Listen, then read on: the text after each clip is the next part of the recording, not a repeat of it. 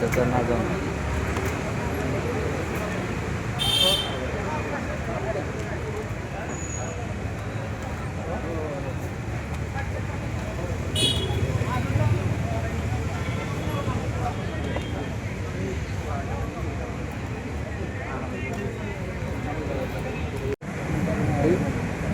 आज आम्ही सातारा शहर पोलीस स्टेशनला आलेलो आहोत. आज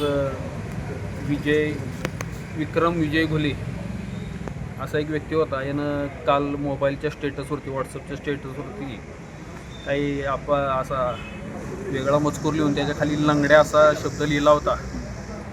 त्याला नक्की कोणाला उद्देशून हा शब्द म्हणायचा होता माझ्या लक्षात आलं नाही, म्हणून मी प्रत्यक्ष त्याला फोन करून विचारलं, बाबा लंगड्या कोणाला म्हटलं असतं. तर तो म्हटला माझ्या कंपनीत एक वाद होता आणि त्या कंपनीच्या माणसाला मी लंगड्या असं म्हणतो. म्हणलं मग ठीक आहे, पण लंगड्या म्हणायचा अधिकार तुला कोणी दिला? एखाद्या दिव्यांग व्यक्तीला तू लंगड्या या नावानं संबोधित करून त्याची मानहानी करणार आहे, त्याला थोडक्यात सामाजिक तेढ निर्माण करण्याचा प्रयत्न करायचा अधिकार तुला कोणी दिला? तर मुळात हा विक्रम विजय घुले हा एक वेगळ्या मनोवृत्तीचा माणूस आहे. याचा मी बरेच दिवसापासून अभ्यास करतो आहे आणि यानं प्रत्येक वेळीस वेगवेगळ्या प्रकारच्या अनुचित घटना करण्याचा प्रयत्न केलेला आहे. आणि काल परवा तर त्याची थोडक्यात मनावचं संतुलन निघून गेलं होतं आणि लंगड्या असा प्रकारचा शब्द त्यानं वापरला होता. आता त्याच्या विरोधात या ठिकाणी दिव्यांग कायद्यानुसार या ठिकाणी आज गुन्हा दाखल झालेला आहे. त्याच पद्धतीनं अशा प्रकारच्या मनोवृत्तींच्यावरती मला खरं तर गुन्हा दाखल करायचा आहे की सातारा जिल्ह्यात असेल, सातारा शहरात असेल किंवा पूर्ण महाराष्ट्र राज्यात असेल, कोणत्याही दिव्यांग बांधवावरती जर अशा प्रकारचे जर प्रकार घडत असतील, त्यांची समाजात मानहानी केली जात असेल, तर नक्कीच मी सगळ्या माझ्या बांधवांना एक आशादायी असा निरोप देऊ इच्छितो की सागर भोसले, मी शाहूनगरमध्ये राहतो, कधीही मला आपल्यावरती कोणत्याही प्रकारचा अशा प्रकारचा अन्याय होत असेल तर हाक मारा. नक्कीच मी त्याच्यासाठी तुमच्याबरोबर उभा राहणार आहे. त्याला मी विचारल्यानंतर मला त्यानं सांगितलं की आमच्या कंपनीत वाद झाला होता म्हणून मी त्या माणसाला मी लंगड्या म्हटलो. मी म्हटलं तू लंगडा आहे का? तर हो म्हटला, तो लंगडा आहे. म्हणजे त्याला माझ्याकडून वाचायचं होतं, पण तो वाचला माझ्याकडून पण अडकला तिसरीकडं. कारण तो दुसऱ्या लंगड्या व्यक्तीला सुद्धा जर तो दिव्यांग व्यक्तीला जर लंगड्या म्हणत असेल तर त्याची मनोवृत्ती काय लक्षात येत असेल तुम्हाला. आता हरकत नाही, परंतु ज्याला दोन हात आहेत, ज्याला दोन पाय आहेत, त्या माणसाने त्या पायानं पळलं पाहिजे, त्या पायानं धावलं पाहिजे, त्या पायाने जनतेसाठी पळालं पाहिजे. परंतु ही अशा मनोवृत्तीची माणसं, चांगल्या माणसाची सुद्धा मनोबल कसं खचल अशा प्रकारचा प्रयत्न करणारी मंडळी आहेत. आणि पुन्हा एकदा सांगतो की यांना जर भविष्यात साथ कोण देत असेल तर त्यांनासुद्धा माझा निर्वाणीचा इशारा लक्षात घ्या. कायद्यापुढं कोणीही मोठं नाही, कायद्यापुढं कोणीही मोठं नाही, कोणताही गुंड मोठा नाही, लक्षात ठेवा. या संपूर्ण घटनेमध्ये कुठे तुम्हाला राजकीय अँगल असल्याचं वाटतंय का? नाही, राजकीय अँगल नाही. हा माणूस जो आहे ना, हा मुळात काय आहे माहिती आहे का, की माझी मिसेस नगरपालिकेच्या इलेक्शनला उभी असल्यापासून याचं जरा वेगळेच वर्तणूक चालू आहे. याचं नाव आहे विक्रम विजय घुले. पहिल्यापासून वेगळी वर्तणूक चालू आहे.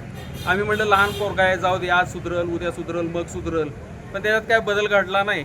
आणि अक्षरच्या शेवटची पातळी म्हणजे त्यानं थोडक्यात जेव्हा माणसाची बुद्धी चालत नाही ना तेव्हा त्याचे हातपाय चालतात, तशातला प्रकार झाला आहे त्याचा चालू बघा आता. आणि काय नाही, मला 100% खात्री आहे पोलीस प्रशासन आपल्याबरोबर आहे. त्याच पद्धतीनं कायदा किंवा न्यायव्यवस्थेवरती सुद्धा माझा पूर्ण विश्वास आहे. त्याच पद्धतीनं भविष्यात असलेल्या मनोवृत्तीविषयी अगदी राज्य पातळीवरचे दिव्यांग हक्क आयोग असतील, राष्ट्रीय पातळीवरचे दिव्यांग हक्क आयोग असतील किंवा आपले सातारा जिल्हा दिव्यांग कल्याण अधिकारी असतील, या सगळ्यांच्याकडून या माणसाची थोडक्यात अशा प्रकारच्या मनोवृत्तीची दखल घेतली जाणार आहे.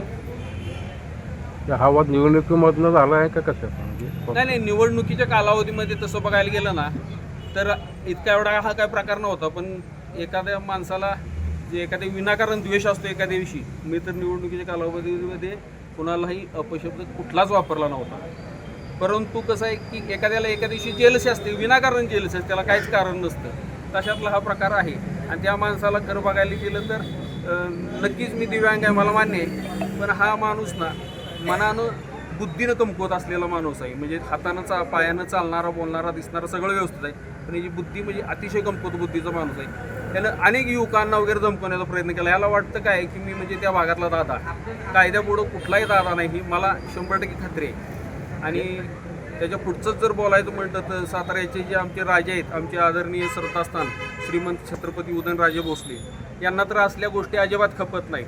अजूनही मी त्यांच्या कानावर घातलेलं नाही, पण भविष्यात जर वेळ पडली तर त्यांच्याही कानावर या गोष्टी सगळ्या घालणार आहे. या तक्रारी संदर्भात आपण त्या स्टेटसचे पुरावे किंवा सगळं काय पोलीस स्टेशनला जमा केलं? सगळं आहे. आता काय आहे की स्टेटस तर माझ्याजवळ आहेच. थोडक्यात तुम्हाला मी स्टेटस दाखवतो.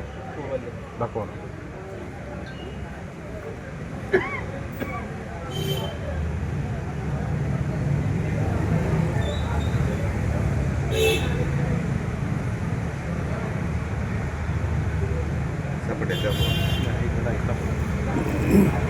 हे बघा, इथं सगळ्यांनी तुमच्या कॅमेऱ्यामध्ये टिपा ह्याला, आणि त्याच्यावरती त्याचं नाव आहे. एक मिनिट, इथं वरती नाव पण दिसते बघा, विक्रम विजय घुले. विक्रम विजय घुले.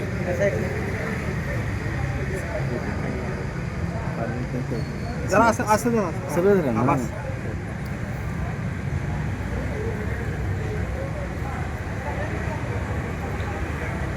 घेतलं का? मी घेऊ का? गेलं.